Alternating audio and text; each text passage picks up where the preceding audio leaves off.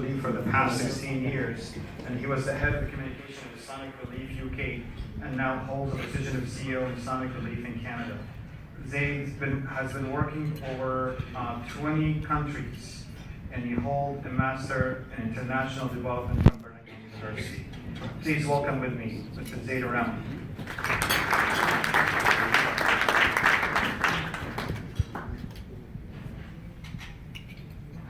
بسم الله الرحمن الرحيم والصلاة والسلام على سيدنا محمد وعلى آله وصحبه أجمعين. I greet you all with peace be upon every single one of you, and peace be upon our beloved Syria. My message today is actually a message where I'm congratulating the members of UOSSM and saying to them, because of you, humanity has hope. Because of your efforts, humanity has hope. And stressing the importance for civil society organizations to take their responsibility seriously and not to waver from their task and their role of being the torchbearers of progress and hope for the world's most vulnerable people. It's essential and important that we as members of our community, that we as teachers, lawyers, engineers, imams, doctors, physicians, students, rally behind efforts like this fully and wholeheartedly. We have no other option. We have no other alternative. We have no other mechanism. Because let me tell you some really quite sad stats and facts. There hasn't been, we live in one of the best countries in the world here in Canada, and we're all very, very lucky to live here. It is literally one of the best places to live. I came from the UK, and that's a beautiful place to live. But this place is amazing. It's safe, it's clean, the people are polite. There's so many beautiful things about Canada. We don't have bombs dropping on people's houses. We don't have mothers burying their children on a daily, hourly basis. We don't have cars burning or children watching their fathers burn and having that traumatize them to the point of their inability to speak for months and months and months and months. That doesn't happen here. But the budget, the Canadian budget for health, represents 10% of Canada's GDP. That's nearly $260 billion annually spent to make sure that the average citizen in Canada can have a pretty decent life. That when there's a few issues, mental or physical, there are people on hand to deal with them. $260 billion spent on roughly 30-odd million people. Now imagine the costs and the resources that are required when you have an entire population living day to day with who knows what type of bomb, what type of chemical, what type of trauma affecting their lives. How many resources do we need? The sad fact is, and this is the other depressing thing, the international system and the aid architecture, as my colleague from World Vision said, is failing. It's failing Syria. And Syria is a scar in our lifetime. And it has failed before. If you read the harrowing stories, all we have now of Srebrenica is a memorial etched with the victims' names on stone. And every year we remember the victims of Srebrenica. These are modern catastrophes where the international community has failed. In Rwanda, we don't even have marble structures etched with the names of the victims of the Rwandan genocide. That doesn't even exist in Rwanda. It failed again. In so many places, the international system, and that word sounds so vague and so obscure, it's confusing. But the powers that be, the international system, has failed in the face of bullies, in the face of tyrants, in the face of weapons manufacturers who trade in war, who trade in loss of life, who trade in the hurt of humanity, who revel. While people are screaming, while mothers are screaming, they're reveling because they've just signed a new contract. It's failed in the face of people who play politics with the lives of the most vulnerable humans on earth. And we have an option to say, oh, man, it's not my fault. I'm not the reason it failed. But imagine the progress we live today, where we are now as a human society, where we are in Canada. We're not here by accident in Canada. We don't live in one of the best countries on earth by accident because people didn't sacrifice. We don't have the rights we have. We don't have the freedoms we have. We don't have the privileges we have by accident. It took generation after generation after generation to mold what we have today. And it will take generation after generation after generation to mold a beautiful Syria for tomorrow, inshallah. A beautiful Yemen for tomorrow. A beautiful Libya for tomorrow. So what's our role? What's our role as Islamic Relief Canada? What's our role as UOSSM? And you are awesome, may Allah bless you all. Really, two of the politicians have said the word awesome, and it's absolutely true. What's our role as individuals? What's our role as IDRF? What's our role as HCI? What's our role as Isna Mosque? What's our role as World Vision? What is our role as politicians? Our role is to recognize that we have to act, even if it's a little bit. We have to step forward, even if it's baby steps. We have to react to the screams of those suffering. We have to mobilize every single thing we have. And we have to do every single thing we can. And it's then that people's needs will be met.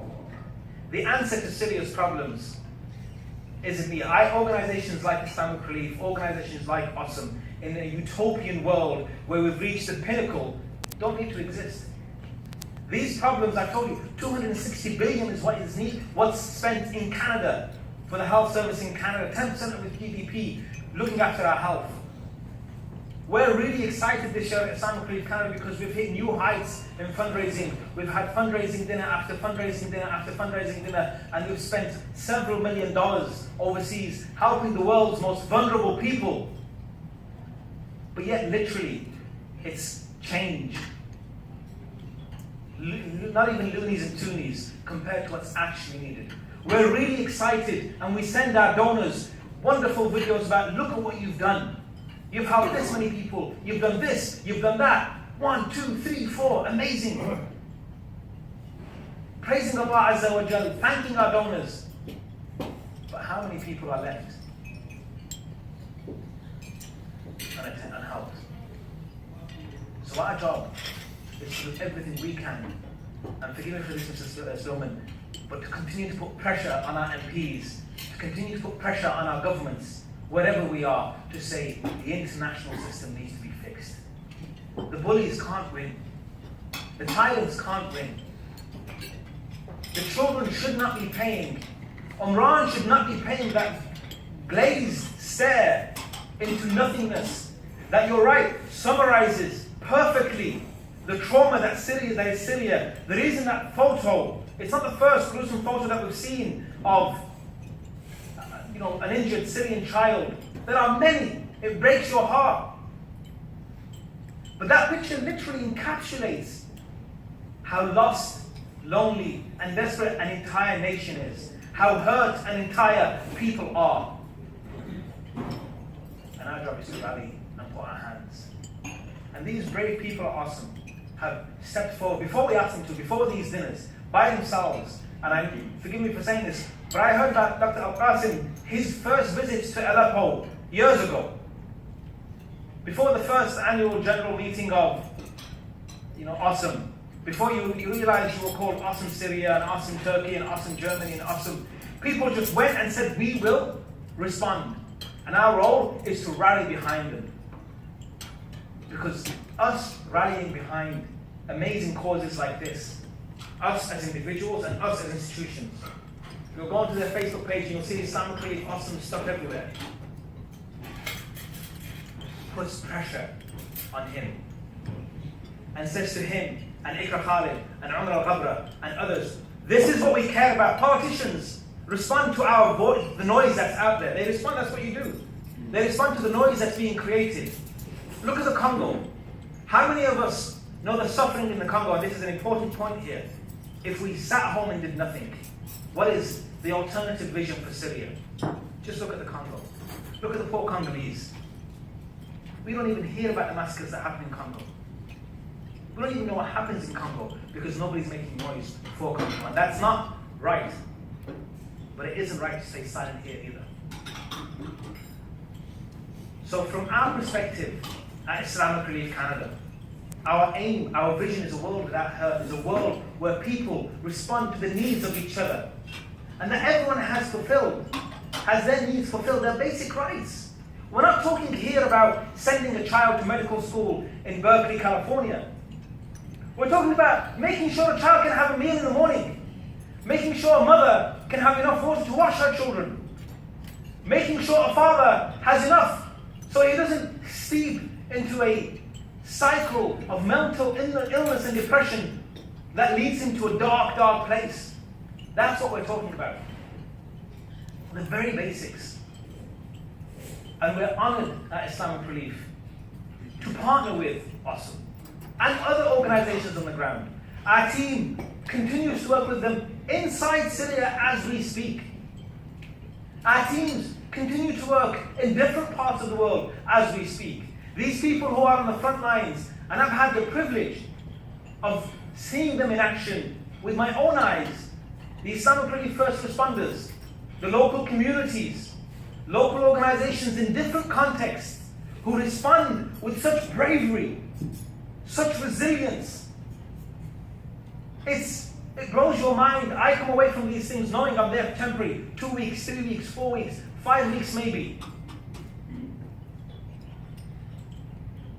And these guys will stay for years and years and years. And after all is said and done, and I hope, somebody mentioned earlier that it could get darker before it gets brighter. I hope this is as dark as it can get, because I don't know how much more darkness the people of Syria can take. And we also pray to Allah Azza wa Jal after every single prayer, after our 5 daily prayers, begging Him to shower His mercy on the people of Syria, to shower His mercy on all the people of the world who are hurting, who are suffering, who are in pain. My dear friends, my dear brothers, my dear sisters, I end with these words. We have to continue supporting organizations like this. And from Islamic Relief perspective, we will continue, because there are people, desperate people, who literally have nowhere else to go. Nobody else to save their lives. Nobody else who will save for a mother her child's life, or for a child his mother's life. And we at Islamic Relief have been committed to this work for decades, and will continue to commit to this work while the need arises. But we cannot continue. None of these organizations can continue without brave people like Dr. Al-Qasim, without brave people like the doctors at UOSSM, without brave people like the Islamic Relief workers and volunteers who risk their own lives flying into crises and disaster as people are trying to fly out.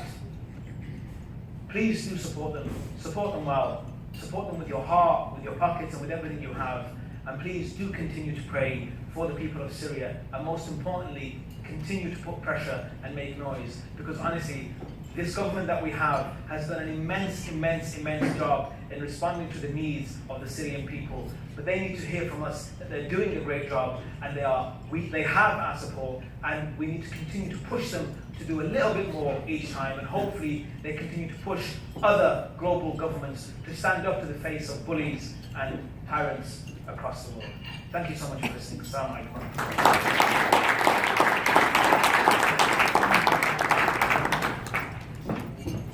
Thank you so much, Zaid, for this moving speech.